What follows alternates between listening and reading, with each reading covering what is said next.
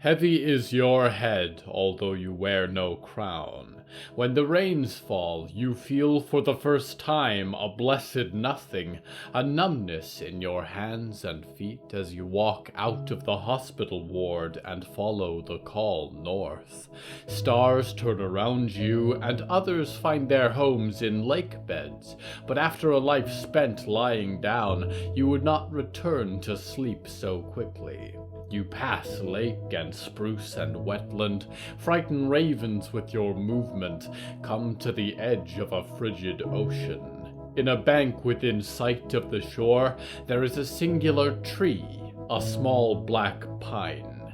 Will you sleep now, it asks, or will you be my herald and help a new world to wake? You fall to your knees and stare up at the rain. You know more than anyone the lure of slumber, but you have barely lived, and you know that this is painless. It is holy. It is free. You accept and feel bitter joy as the rain melts the skin from your face, and a crown of green flame burns brightly upon your head, and the new dawn whispers hello from the Hallowoods.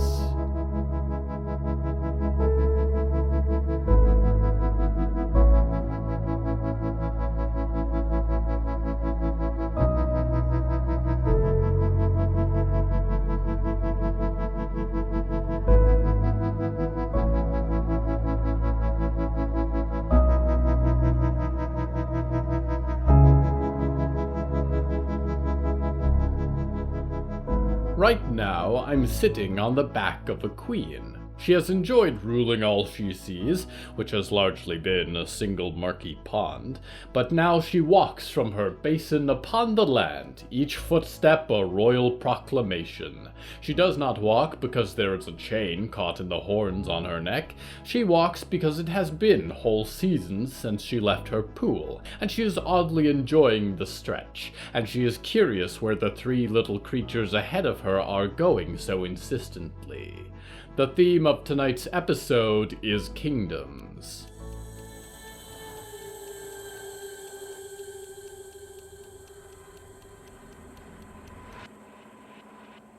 Hector Mendoza was no stranger to obscene wildlife. He had run from a fox that laughed, and hidden from night gaunts as tall as the pines. He'd seen things that came crawling back from death, and things that didn't, things that watched and things without faces, and escaped twice from a frog-faced horde of hunters, but none of them had met him in such a state of panic as the gargantuan creature that crashed through the forest behind him.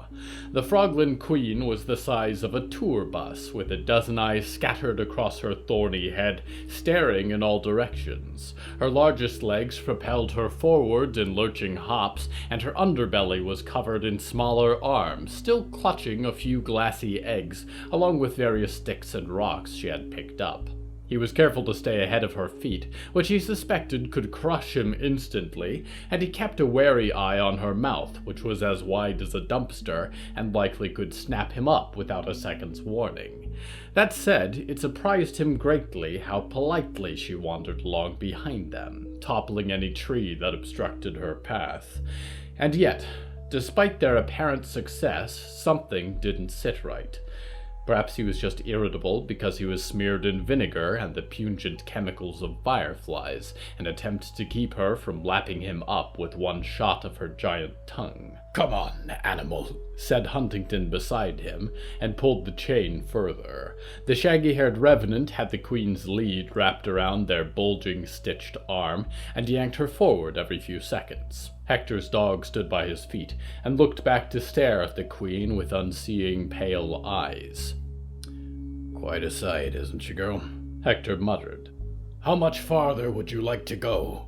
Huntington said, gathering the slack in the chain as the queen lumbered towards them. They wore a vest with only thick black stitches across their chest beneath.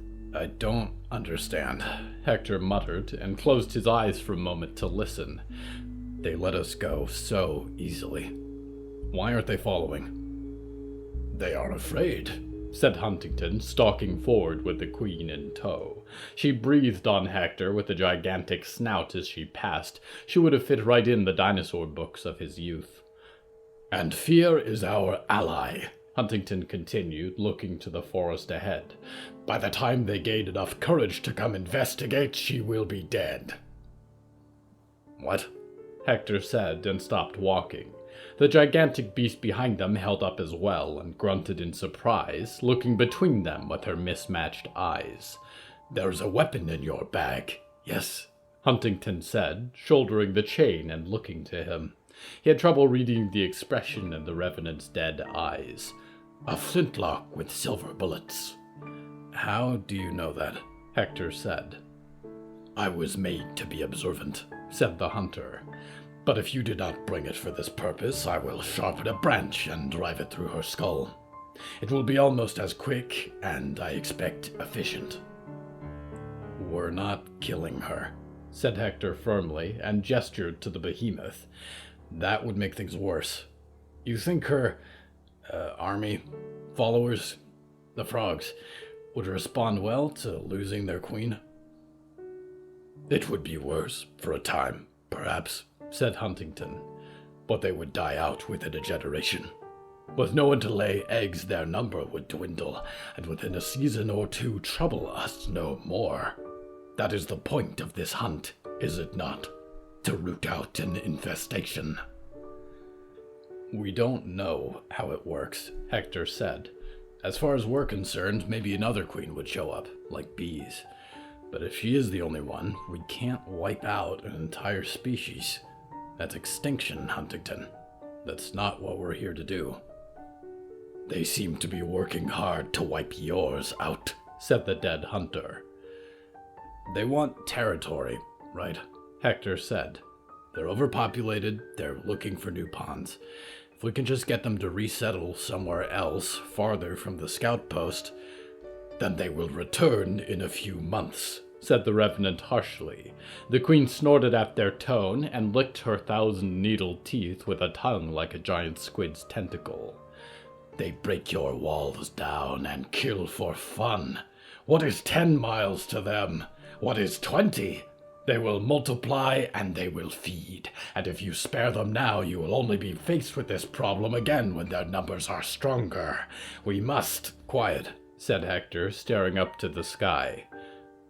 "I can be silent," said Huntington, "but you know I speak the truth, Hector Mendoza." "It's not that," said Hector. "Can you hear that?" "Yes," said Huntington, as though it should have been obvious. "The Froglin ranks mourn their loss." "Not that I've spent a lot of time chatting at the bar with them, but I don't think that's mourning," Hector grunted. "That's the hunting song. Lolg malog, lolg malog. You hear that?" "They are still far away," Huntington said and shrugged. "By the time they arrive, it will be too late." "They're not after us," Hector said, and a pit of fear opened beneath his ribs then, a fear he never felt for himself. "They're going for the scout post. And by the sounds of it, this is their big push. It's revenge." "Surely they would not do such a thing while missing their queen," said Huntington. "They are lost without her." The queen grinned and let out a low, reverberating grumble, one that shook the floor of the forest. "They don't take orders from her," said Hector, more floating suspicion than theory.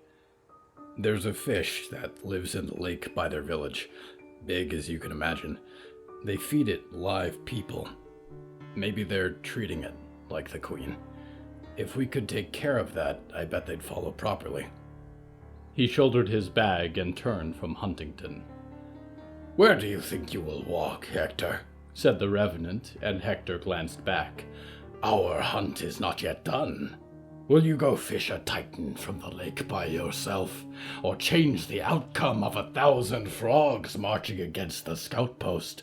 You cannot help them either way, but help me kill this beast, and we can make a difference, the only one that matters."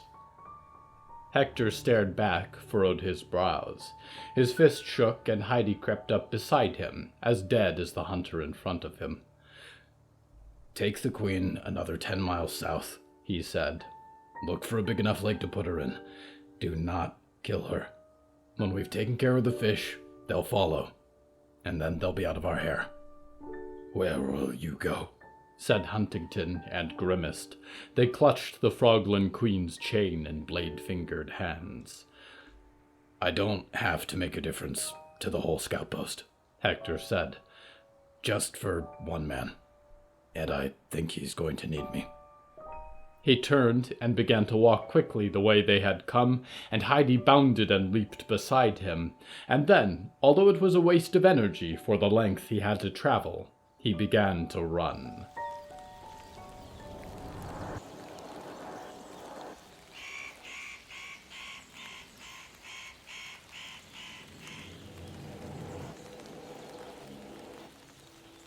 It was never going to last.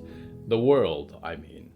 Somewhere along the line you got the idea that you were going to grow forever, and the engines of your industries would always burn bright, and the human race expand until it filled the earth and the stars beyond. Certainly, there are others who have managed it. Built ponderous empires in the stars, lined asteroids with their little kingdoms, put aside their hatred and greed for the sake of building something that spans the universe. But like candle flames, they have been snuffed by eternity. Look up in the stars and you may even see their skeletons. Your run has been shorter than I would have hoped. I was just beginning to like you, but within a measly century it is over. Not in full, not yet, but when you awake, surely you must feel it. The hum of new life, the dim light of a red sun, the beginning notes of an ethereal song, rising just as your last stanza goes quiet. We go now to one who sings in this chorus.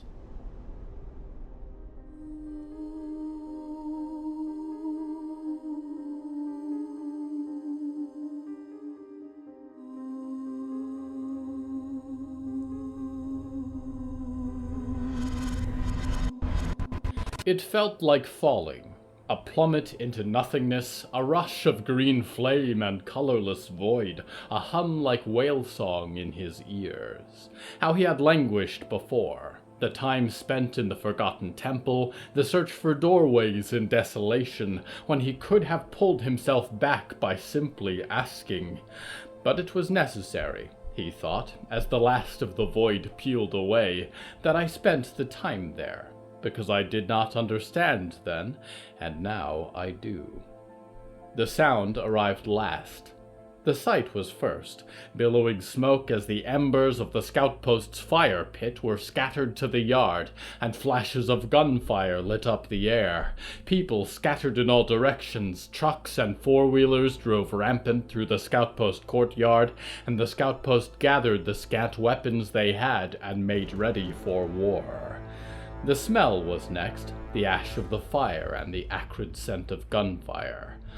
And then the sound was back, and he could hear screaming voices, the cawing of disturbed birds, and the shriek of a gigantic heron, and the responding howl of Big Mikey, and a hunting song from somewhere beyond growing low on the horizon like thunder. He looked back to realize that there was a heron almost as tall as the scout post wall looming huge in the smoke, and it tried to skewer Big Mikey with its javelin beak, and Big Mikey fought back with a wild swing. That reminded him. He had just died. He looked down to his feet and found his corpse lying nearby, hat and coat and all, a hole through his chest and swirling ravens reflected in his pale eyes. He shuddered, but in some ways he was envious. There was an eerie peace on that face that he felt he might never know. "Ma!" he shouted. He could barely hear himself in the uproar. "Hector!" The distinctive blast of a shotgun caught his attention, and he ducked out of the way as the body flipped over the walkway a story up and fell into the mud beside him.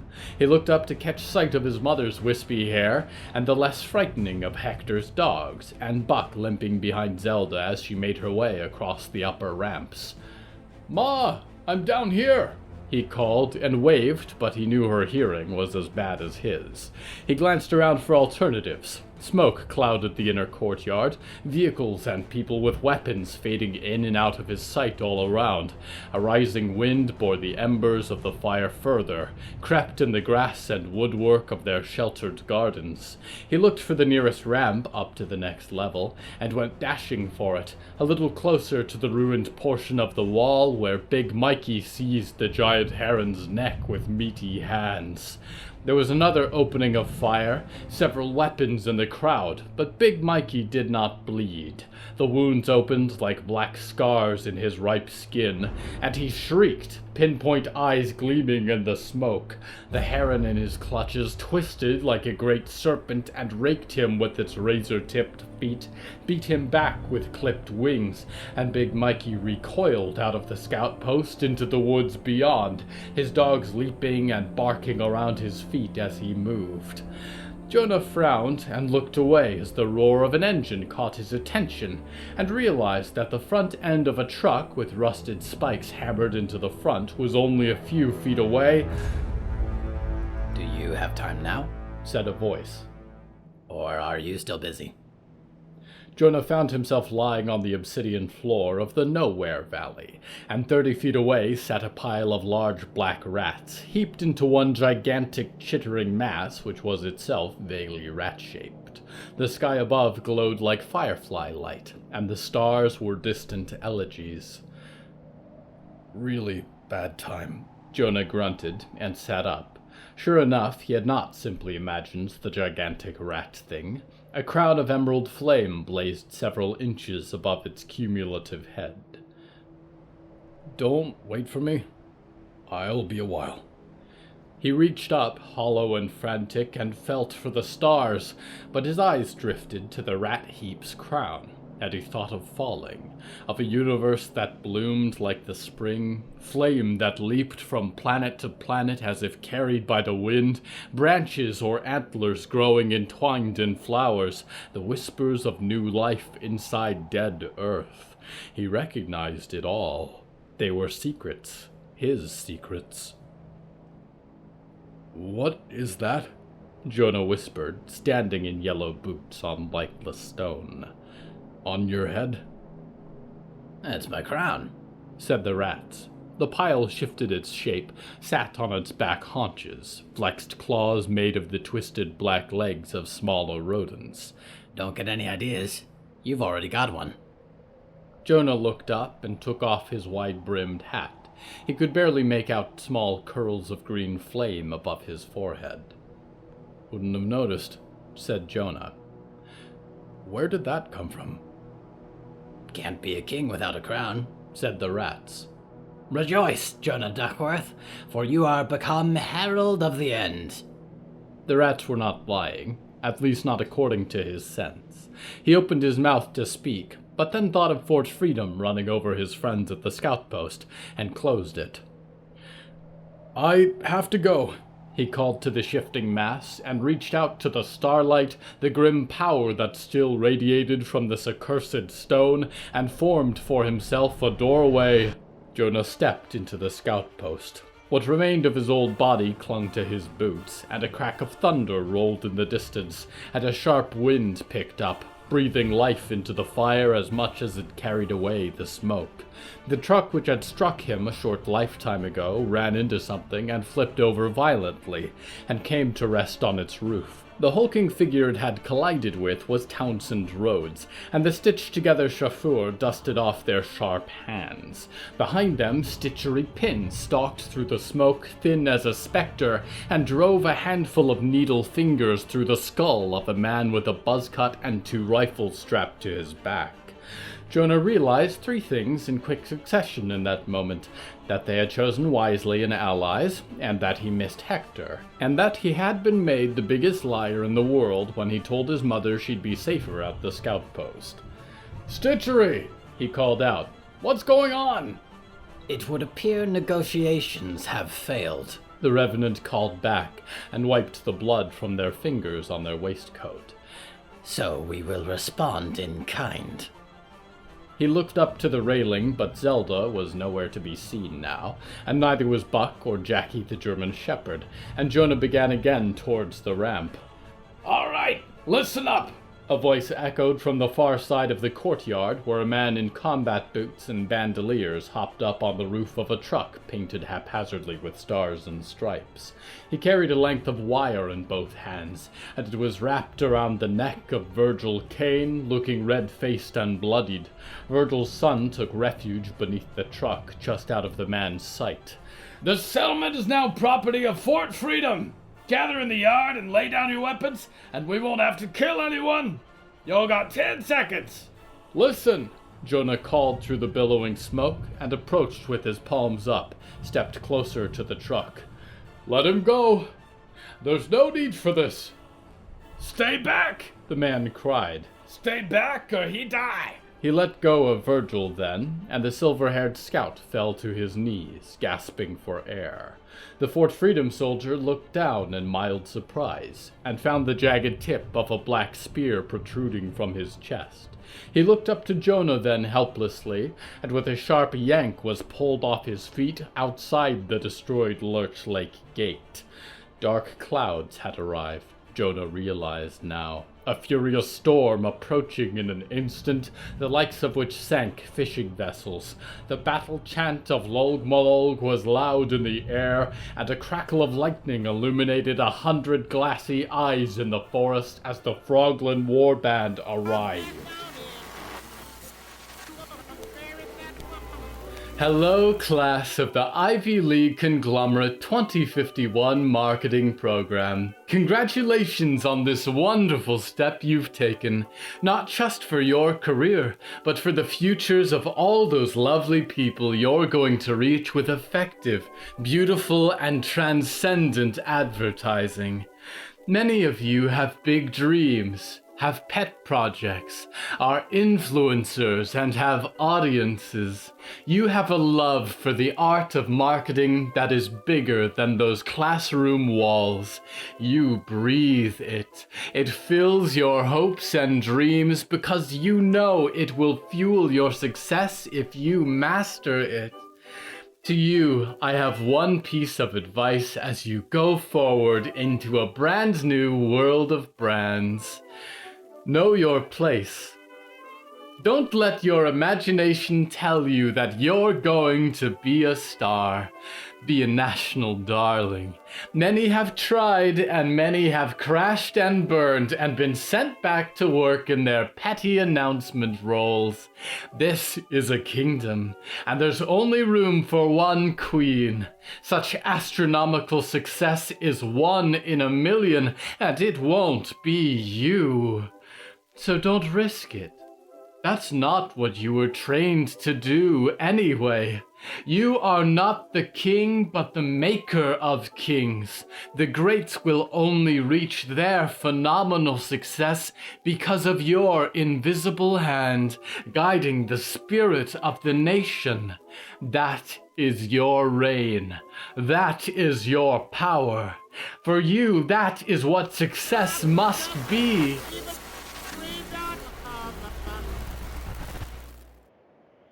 Looks like someone's feeling a little insecure. What are you afraid of? That another Melanie Flores is right there behind you, waiting to outshine your dusty performances. That time has revealed the cracks in your facade, the weaknesses in your shell. Much as you rail against it, the future will replace you, and you are merely teasing out your last moments before you are forgotten entirely. We return now to Jonah Duckworth. The rain arrived like a siege engine and poured down across the scout post like cannon fire. This, however, was something Jonah was used to. The harpoons came first, whipping out of the blackness to skewer a Fort Freedom soldier, a combat scout, a gardener, pull them into the tangled forest beyond the broken walls. But then the frogs themselves, like a swelling black ocean wave, were leaping and crawling through the ruined gate, sharpened sticks and rusty spikes in their knobbed hands, deathly stillness in their eyes. They grinned with rows of needle teeth and sang Log Walog, Log Walog.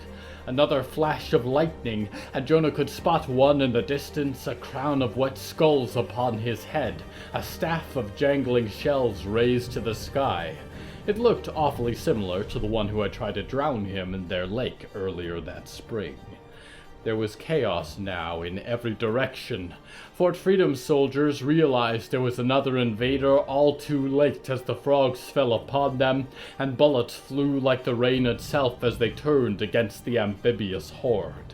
Jonah was not sure where Big Mikey was, but beyond the gate the heron shrieked in the wind and plucked up a froglet with its beak and ate it. Jonah ran for the ramp, narrowly pulled a yellow boot away as a black spear thunked into the ground at his feet, and he was up into the scout post walkways then. "Ma," he called. "Where are you?" He tried the first door he came to. It was locked. She had to have gone into one of them or retreated the other way. He stomped up another ramp quickly, arriving at the radio room where the door flapped open in the wind. A flock of ravens came screaming out of the shadows as he approached, and he ducked, allowed them to soar up and out into the storm above. He poked his head in and found a blackened skull upon the ground. The wind carried ash in every direction. In the back corner of the room he could see Russell McGowan shaking. "Russell?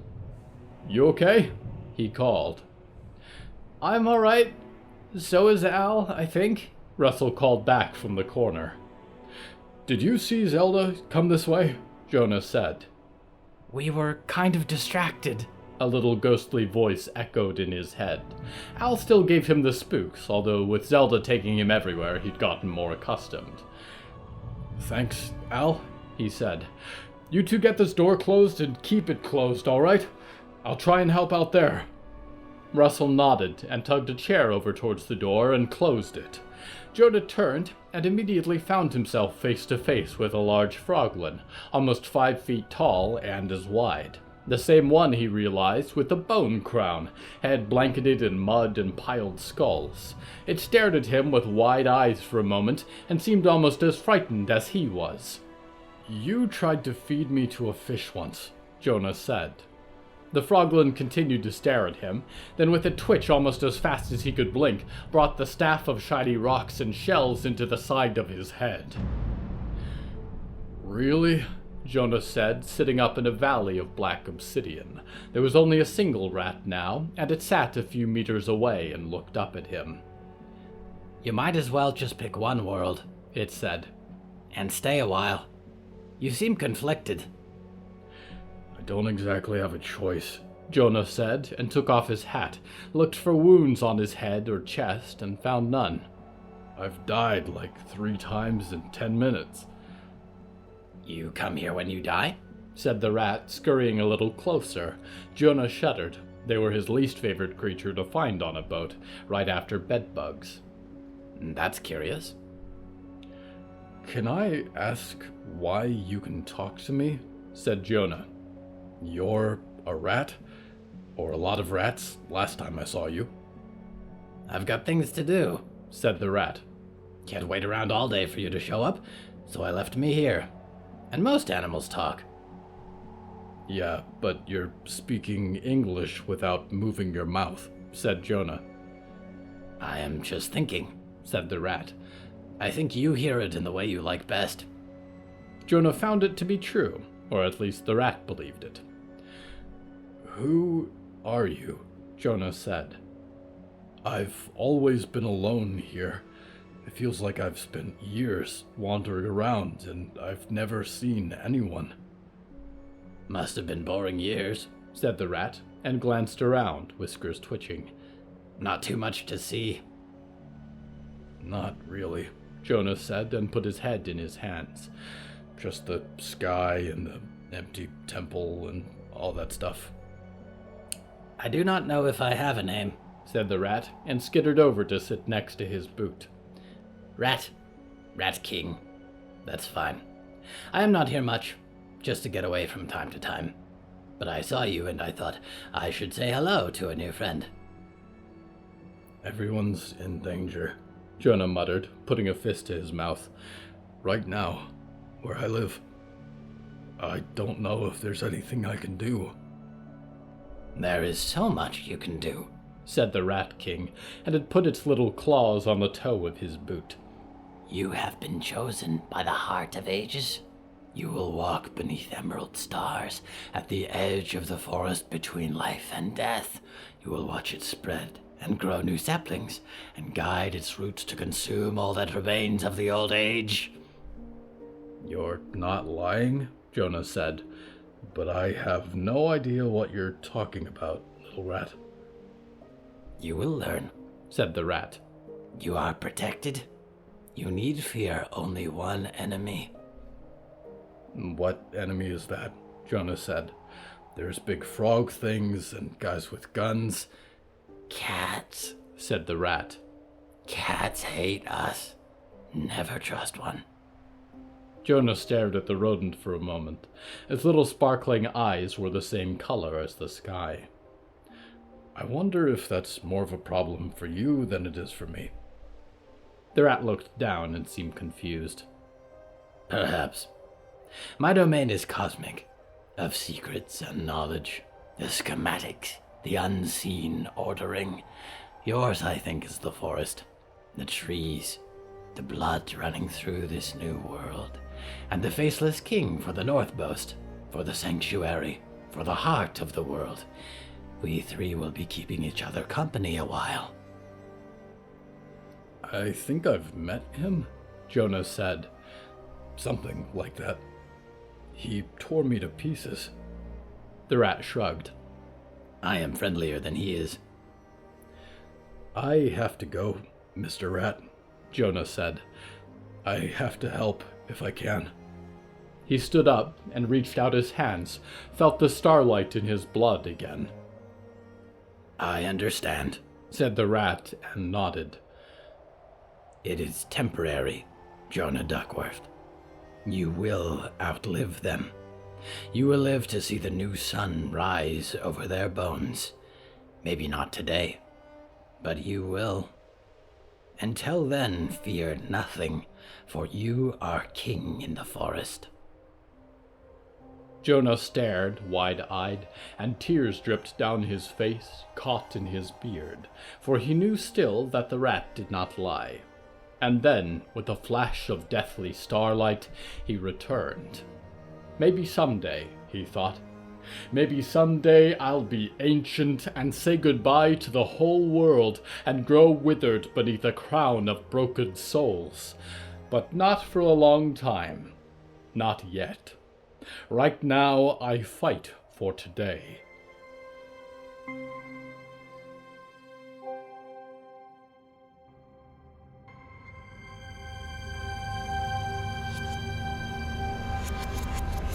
It has its rhythms, dreamers, that heart that beats beneath the black ocean. He was clever like that. He did not just create, but he made things that created, generated and moved of their own accord, iterating again and again into patterns he never could have predicted. Certain effects, I have to think, were planned. The first storms that beckoned the weary to give up and sleep forever. The growth of the northmost woods to defend its resting place, and the way they reflect the forests in which we used to walk. To raise the dead as vassals to destroy the living and hasten the end, and the heralds to oversee the most important aspects of extinction. But others, I think, he would have been surprised to see. He would have laughed to watch a frog become a lumbering queen, give birth to a countless legion, or for the antlered beasts of the woods to grow so tall and dark and ravenous. I see flickers of his own art in this last project, although I know it is no longer the artist who paints, merely the brush swinging on a string. It saddens me that he will never see all the beauty he put into motion. I am not an artist like he was. I rarely have hands or extrapolating digits with which to sculpt, and when I do, they are clumsy compared to him, I know. I could not begin to alter genomes or devise transformative agents. The tomb I built for him in his world is shoddy, obviously, as a result. But stories I can do. He liked my stories. And inasmuch as this one is about you, I suppose, it is also about him. We go now to one who has already said her last goodbye.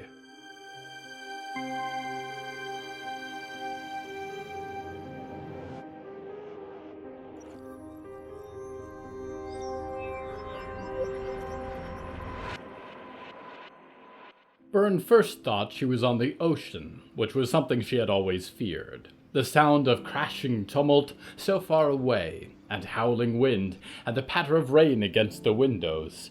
But the rocking quieted as she woke, and she noticed the infirmary door was shut with a chair propped up under the handle, and Mrs. McGowan sat with her shoulder against it. The wind and the rain were right, but the sound from outside was not so much waves as it was screaming and the reverberating cry of froglins at war. "What's going on?" she said, and winced as speaking shot a pang down her side. "We're under attack," Mrs. McGowan said, and pushed back her curly red hair, and there was an impact on the other side of the door as someone moved in front of the glass. "Open up!" a voice shouted. "Attack from who?" Bern grunted, tried to move, felt excruciating pain radiate through her side and arm. She gasped in shock. "I don't know," said Mrs. McGowan. "The frogs, or Fort Freedom, or a big bird, or Big Mikey, or all of the above." She was cut off as the glass pane in the door splintered, and a face half covered in a bandana was visible on the other side, and a hand reached through the broken glass for the door handle. The movement set Bern on fire, but she reached out to pull up her crossbow from where it had been placed by her bed, and she let out a shriek as she braced it against her injured chest, pulled back the loading mechanism. The door flew open, and Mrs. McGowan rolled back as a man in baggy tactical pants and a tank top painted with a bleached skull leveled a rifle at the room and began to give them an order. Bern did not wait, and pulled the trigger with her unwrapped hand. The man wavered in the door for a moment and collapsed to the floor of the infirmary. Mrs. McGowan snatched up his rifle and dragged him in and kicked the door shut. Bern pulled herself up out of bed, grunted and bit down again as she placed a second arrow in her crossbow and loaded it. "You shouldn't be getting up," said Mrs. McGowan, already applying pressure to the bolt wound through the man's chest. He gasped in ragged breaths, looked at her in shock. "Where's Violet?" Bern said. "Bern," Mrs. McGowan warned, fetched tape and tried to stabilize the bolt. The man's shirt was spattered with his own blood. Bern said nothing, but tried to hold in a scream as she sat up and stars swum in her vision. The pain was nearly ecstatic. Mrs. McGowan sighed. "Last I heard, she was in talks with the kid from Fort Freedom in the office." Bern nodded and stumbled forward, crossbow tucked against her good shoulder. Her other arm was secured against her injured ribs, and her feet were bare as she walked out onto the wet boards of the scout post ramps, makeshift hospital gown immediately drenched. She did not care. She had one mission, and squinted against the rain. The world was dark and rushing around her, scouts and soldiers and great toads writhing in one tumultuous landscape like a Renaissance painting of hell, illuminated by only the fire embers and the lightning flashing above. She tried not to lose her focus, because if she did, the pain would overwhelm her completely. She only had to get a few doors away, to the office. From the balcony, she could see a sight she'd hoped never to lay eyes on again. One of the Mendes, Leyland Blooms, peel someone apart with fingers like spades. At least this time their wrath was on her side. And then there was a burst of gunfire, and cotton and sawdust opened up in their chest, and they fell like a loose puppet to the wet earth.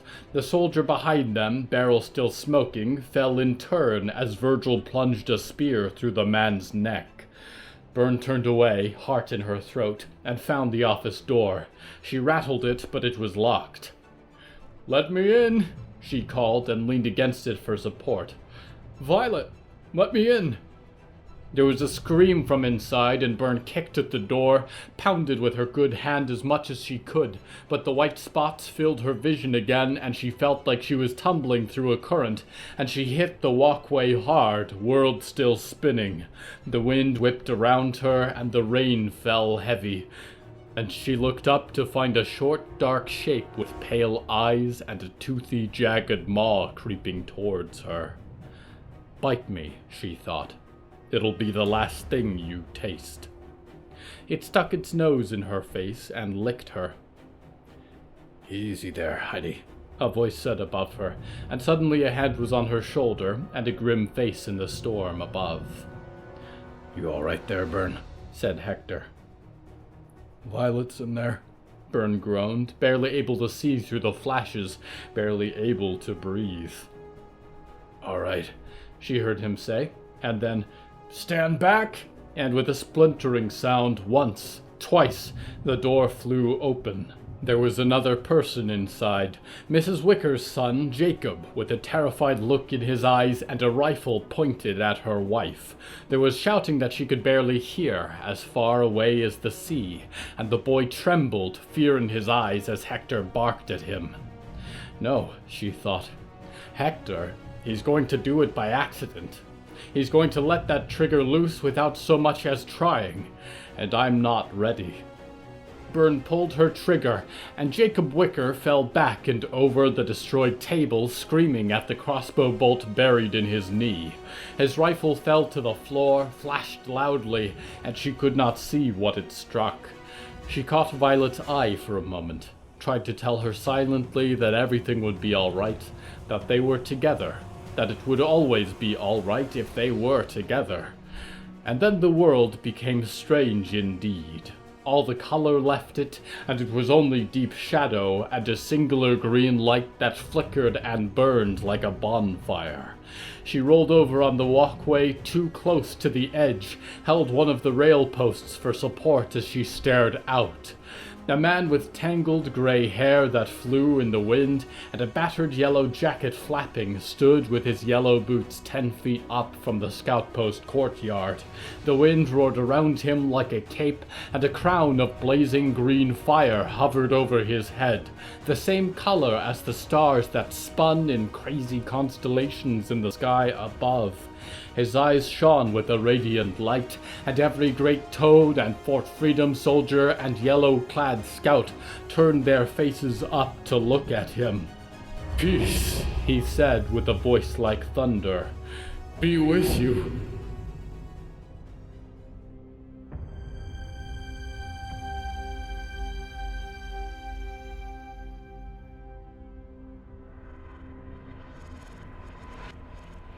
Kingdoms. It is ironic that they are named so, for they are hardly built by kings. No monarch lays the bricks for their castle, nor do they bring down the trees to build the homes for their village, but they are quick to sit in the throne on high and demand their respect. But you're beyond kings now, aren't you? Like all so-called rulers, a man sits now in a little box far away and thinks he owns the world. But the world does not know him, has not so much as laid eyes upon him in decades. The land does not respond to his call. The trees cannot be bought by silver or made to serve for a little taste of dream. Kings are wasting away as the forest rises, and its guardians are planted, and one day they will crush out the last of the kingdoms in their roots. What then will remain? No kings, no queens, only a world of quiet growth and a forest that gnaws on the bones of king and commoner alike, and a future that remembers little of the old court. Until the crown falls from your head, dreamer, I am your loyal host Nickignick, waiting feudally for your return to the Hallowoods.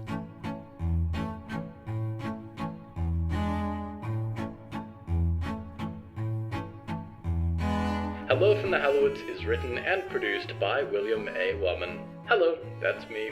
If you enjoyed this show, please don't forget to follow it and share it with a friend. The bonus story that goes with this episode is called Shot in the Dark, and is available on the show's Patreon at patreon.com/Hallowoods. Because we operate without ads or sponsors, our supporters are all that keeps the show going.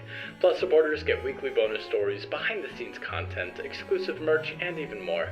Merchandise and episode transcripts are available at hellofromthehallowoods.com. You can even find us on social media at the Hallowoods. Music is used under license from artlist.com. Our opening theme is Forest Overture by Yehezkel Raz, and the closing theme is Farewell by Belsitzman and Matan, Ephrat. Until next time, dreamers, be careful about building your kingdom in the sand. There's a lot of crabs out there, and frankly, they're a lot better suited to it than you are. Do you have an impervious exoskeleton? Do you have a killer claw? I thought not. Stick to the dirt.